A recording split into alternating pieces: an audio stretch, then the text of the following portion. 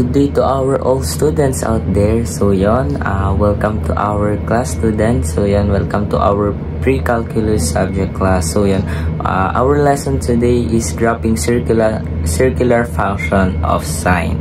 So yon, to get know about this topic, so yon, let me introduce myself. And I am John Marky M. Rabuzon from STEM 11E of the Dasmariñas Integrated High School. So yun, ano ba yung pag-uusapan natin ngayong araw? And we will gonna talk about graphing circular function of sine.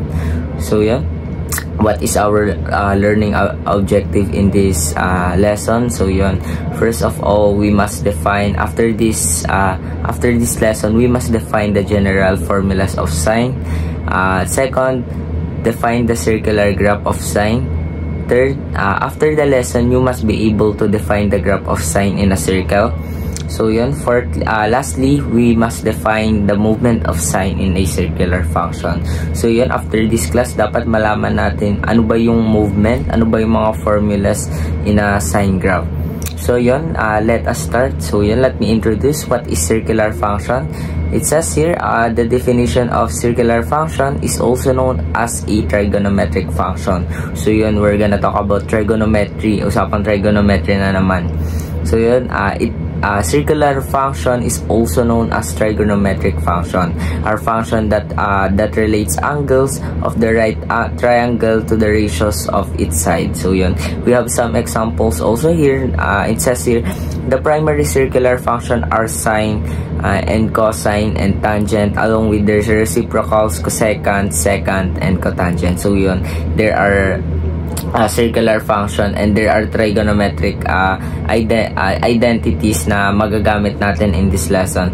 And what are we gonna talk about pa? Sabi dito, in unit circle. So yun, dahil we talk about shapes, so yun, sabi dito, these functions can be visualized using the unit circle, where the angle measured from the positive x-axis and the coordinates from the points on the circle correspond to the cosine and sine of the angle. So yun, we're gonna talk about the sine graph. So yun, hindi tayo tatalo ng cosine, but we will focus on our sine.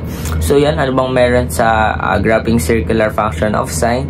We have our general formula. So yun, hindi mawawala ang formula dyan, dahil formula ang magiging guide natin sa pagsagot ng circular function. And what is the general formula of sine? And here, nandito yung general formula natin nakalagay, which is y equals to a and sin b parenthesis x minus h plus k. So yun, in each category, which is may mga letter tayo dito, and they represents, may mga meaning tong mga letters na to. And our a, which stands for amplitude, yan. So our a stands for our amplitude. Talking about amplitude is the vertical stretch of our graph, and the B stands for our period formula, and this is our period formula. Our period formula is 2 pi over 6. And we have here the X stands for our horizontal shape. Makikita natin sa graph yan later. And we have our K, which is our vertical shape.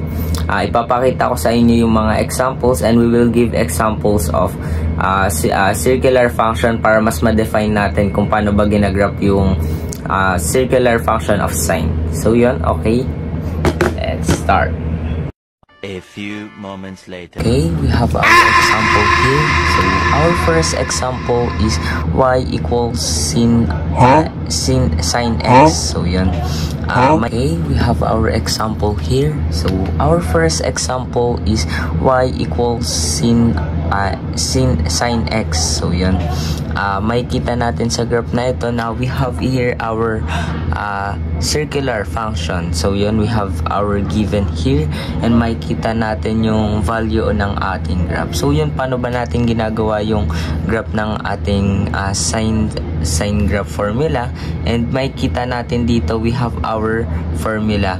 Yan, that's our general formula, which is y equal a sin b x minus x minus h plus k. So yun, makikita natin dito na alam naman natin na pag mag-start tayo sa sine formula, we will always start here sa 0. So yun, makikita natin na dito lagi ang ating 0.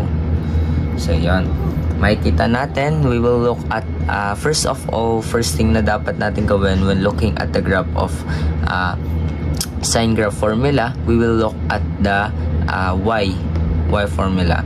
So yun, makikita natin ang first value natin dito, which is pi over 2. So yun, before that, ayun, pag lagi nating tatandaan na pag sine, mag-start tayo within the 0. So yun, makikita natin dito na ang ating 0, which is 0 degrees, is ang y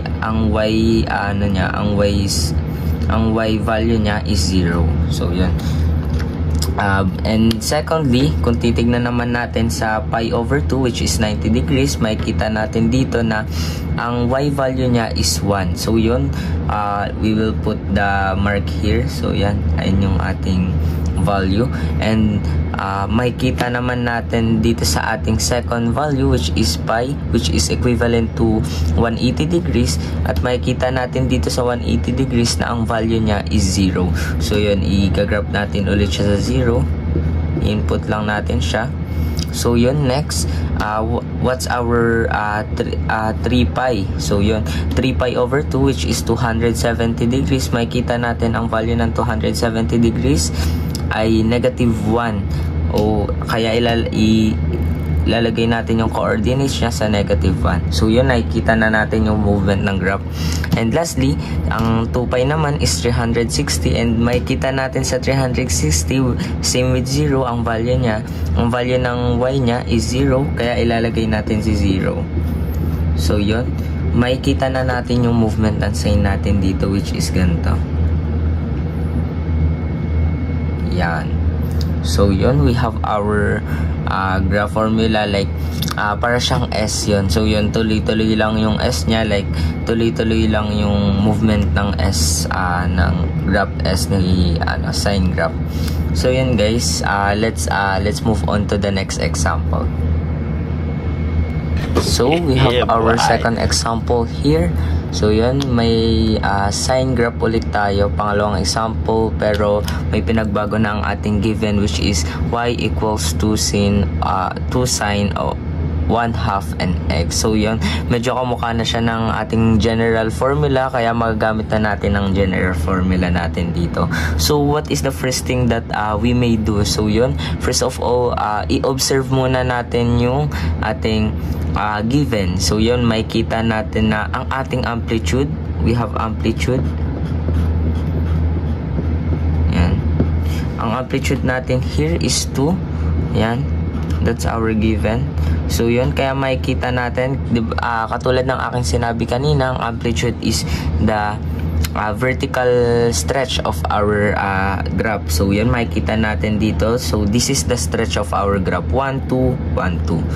So yun, next of all, makikita natin dito na we have a period formula. So yun, makikita natin si B, na which is may value ang ating B, which is 1/2. So yun, B 1/2. So yun, kung makikita natin sa ating presentation kanina na ang ating formula sa ang period formula natin is 2 pi over B.